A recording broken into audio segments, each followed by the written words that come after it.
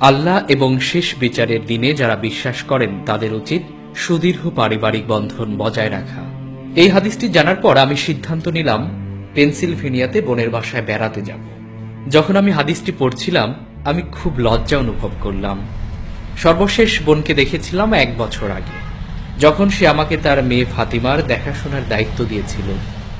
আমার বোন আমাকে ফাতিমার যত্ন নিতে বলেছিল কিছুদিনের জন্য। আমার বোনটি তখন তার দ্বিতীয় সন্তানের মা হতে চলছিলেন। সত্যি কথা বলতে তখনও পর্যন্ত আমার কোনো ধারণাই ছিল না কিভাবে একটা বাচ্চা মেয়ের লালন পালন করতে হয়। তখনও আমি নিজের যত্নই ঠিকমতো নিতে পারতাম না, কিন্তু আমি বোনকে না বলতে পারিনি।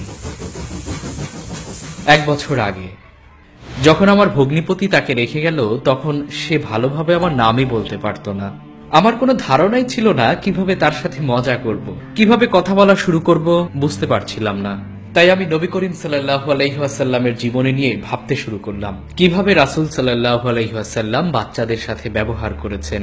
রাসূল সাল্লাল্লাহু আলাইহি ওয়াসাল্লাম সকলের প্রতি খুব স্নেহশীল ছিলেন, কিন্তু বাচ্চাদের প্রতি তিনি ছিলেন বিশেষ দরদী। তাকে সবসময় দেখা যেত বাচ্চাদের সাথে খেলা করতে, মজা করতে, আলিঙ্গন করতে।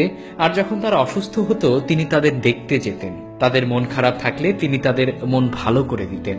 এমনকি তিনি আরবের বাইরে থেকে আসা বাচ্চাদের সাথে তাদের নিজস্ব ভাষায় কথা বলার চেষ্টা করতেন, এটা বোঝাতে যে তিনিও তাদের সমান ভালোবাসেন। এমনও দেখা গেছে একটি বাচ্চা মেয়ে তার হাত ধরে সারা মদিনা ঘুরে বেড়াত। তিনি বাচ্চাটির হাত ছাড়তেন না যতক্ষণ না সে তার হাত ছাড়ত। নামাজে সিজদার সময় যখন নাতি হাসান ও হুসাইন লাফ দিয়ে তার পিঠে উঠতেন, পিঠ থেকে তাদের না নামা পর্যন্ত তিনি অপেক্ষা করতেন। অতঃপর পরম যত্নে তাদেরকে কোলে টেনে নিতেন। একবার মহানবী সাল্লাল্লাহু আলাইহি ওয়াসাল্লাম বলেছিলেন, যখন আমি নামাজে দাঁড়াই আমার ইচ্ছে হয় নামাজ দীর্ঘায়িত করি, কিন্তু যখনই আমি কোনো বাচ্চার কান্নার শব্দ শুনতে পাই আমি নামাজ সংক্ষেপ করি। আমি চাই না কোনো বাচ্চার মায়ের জন্য কষ্ট তৈরি করতে।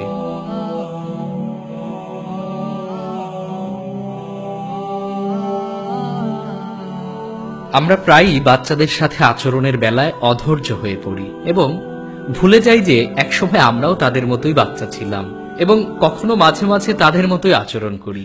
আর একদিন তারাও আমাদের মতোই বড় হবে।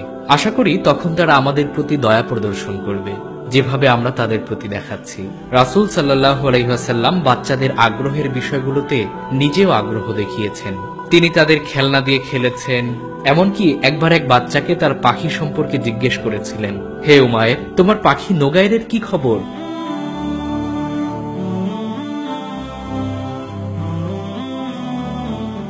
আমরা প্রায় ভুলে যাই যে বাচ্চাদেরকে ভালোবাসা সবচেয়ে সহজ সুন্নাহ, যার মাধ্যমে আমরা আল্লাহর ভালোবাসা অর্জন করতে পারি। আমাদের রাসূল সাল্লাল্লাহু আলাইহি ওয়াসাল্লাম বলেছেন, যারা দয়া দেখায় না তারা দয়া পায় না। সহানুভূতি প্রদর্শন মানবতার সহজাত অংশ, আর ইসলাম এটাকে আরো উচ্চতর পর্যায়ে নিয়ে গেছে। যাই হোক, এটাকে লালন ও প্রদর্শন করা না হলে আমাদের কাছ থেকে তা চিরদিনের জন্য হারিয়ে যেতে পারে। একবার ভেবে দেখুন, পৃথিবীটা কত সুন্দর হতে পারত যদি আমরা পরিবারের সদস্যদের প্রতি আরেকটু দয়া ও ভালোবাসা প্রদর্শন করতাম। আর ভালোবাসা শুধু মুখের কথাই হয় না। রাসূল সাল্লাল্লাহু আলাইহি ওয়াসাল্লাম সারা পৃথিবীর দায়িত্বের বোঝা নিজ কাঁধে বহন করার পরও ছোটখাটো বিষয়গুলোর দিকে নজর দিতেন, যেমন গ্লাসের একই স্থান দিয়ে পানি পান করা, গোপনে হঠাৎ করে চুমু খাওয়া, এমনকি দৌড় প্রতিযোগিতায় অংশ নেয়া। ঘরের কোনো টুকিটাকি কাজই তার কাছে ছোট বা তাড়াহুড়া করে শেষ করার মতো ছিল না। এর মধ্য দিয়ে তিনি দেখাতেন যে তিনি আপনাকে কতটা ভালোবাসেন এবং তার প্রতি কতটা ঘনিষ্ঠ মনোযোগ দিতেন। ও ফাতিমা, তোমার কোনো ধারণাই নেই আমি তোমাকে কতটা মিস করছি। তুমি অনেক ছোট হতে পারো, কিন্তু তুমি আমাকে অনেক কিছু শিখিয়েছো। তুমিই আমাকে শিখিয়েছো কিভাবে সর্বশ্রেষ্ঠ শিক্ষকের অনুসরণ করতে হয় এবং কিভাবে পরিবারের প্রতি স্নেহশীল ও যত্নবান হতে হয়। ইয়া রাসূলুল্লাহ, আমি জানি না কিভাবে আপনি এত কিছু করতেন, কিভাবে পরিবারের প্রতি অবহেলা না করেও আপনি এই উম্মার যত্ন নিয়েছেন। একজন স্বামী ও বাবা হিসেবে আপনার মহত্ব ঠিক তেমনই ছিল, যেমন অসাধারণ ছিলেন আপনি একজন নেতা হিসেবে।